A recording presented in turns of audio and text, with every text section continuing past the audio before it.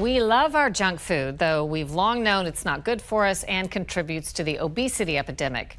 When COVID came, we learned that the virus is more likely to make obese people sicker. For the UK, that created the opportunity for them to pass some of the toughest restrictions in the world on junk food ads aimed at kids. It seemed like a no-brainer, but here's what we learned when we flew to Great Britain to find out more.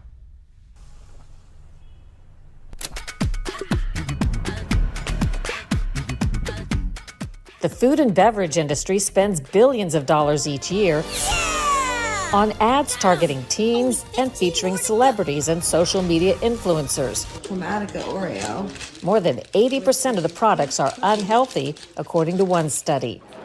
2/3 of adults here in England are overweight or obese, according to Britain's National Health Service. As in the U.S., the trend starts early and is growing. In England, more than 25% of kids aged 10 and 11 qualify as obese. So in July 2020, Great Britain launched a new anti-obesity strategy, proposing some of the strictest advertising restrictions in the world. Limits on where junk food can be displayed in stores, a ban on buy one, get one free ads for junk food, a ban on junk food TV ads before 9 p.m., and a total ban on advertising junk food online to anyone. And so the online one is particularly novel, and it's really, really exciting. Mimi Tatlow-Golden studies the impact of junk food ads on kids at the Open University. Because we all know that there's loads of advertising online, and that the whole advertising technology sort of ecosystem is scraping people's data, using it to design advertising and target it more particularly at whoever might be vulnerable to it. So dialing down that advertising is really, really important. So the digital ban is for everybody, it's not just for kids.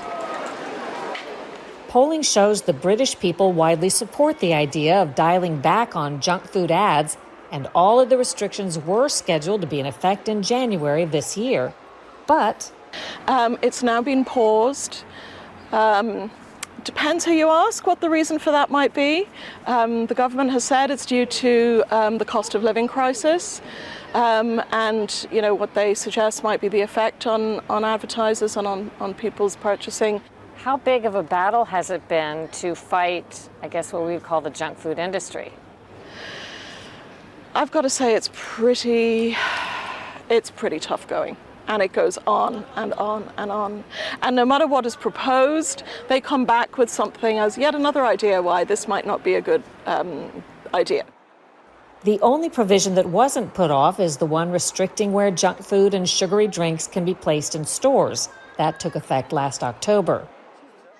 And, the funny thing about it, Sharyl, is that when they're talking about what they do in terms of advertising, the industry tends to suggest that advertising isn't that effective. And yet, we know they're spending billions on carrying out this kind of advertising, and they're not foolish. The Food and Drink Federation in the UK pushed for and praised the delays in most of the ad restrictions. It says that by instituting them, the government's own estimates suggest businesses across the country will be hit by costs of over £1 billion a year, while the measures are not expected to impact rates of obesity. Stella Creasy is a member of Parliament and also supports the junk food ad limits. A lot of junk food is very cheap, not just easy to get, but inexpensive. Yeah, and one of the things that we're all looking at is the impact of sugar in the way that we look at the impact of carbon on our communities. The critical thing for me is that you can't do these things to people, you have to do them with people. You have to make it easier and cheaper for people to make those healthy choices. In my community, half of people are now living with a lifetime condition, whether it's something like diabetes or heart disease and cancer, and we know that diet is part of it. So for me, for governments to ignore that means that we're ignoring the health outcomes of our local communities, and that's not right. Britain's rules to get tough on junk food ads now may be delayed until at least 2025.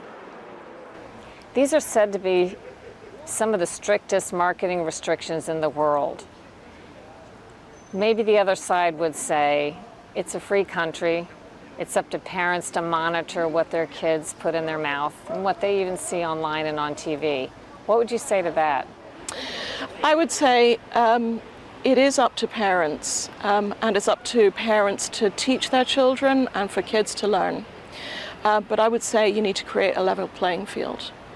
And you can't, as a parent, fight the might of the big food and marketing corporations.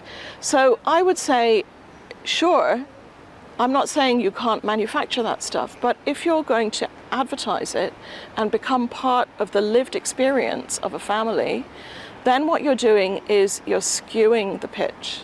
And you're saying, you parents are not in charge, we're in charge, we're telling the kids what to love, and now you have to try and fight us. And that seems to me to be fundamentally unjust. Fast food chains alone are said to spend about $5 billion on advertising each year.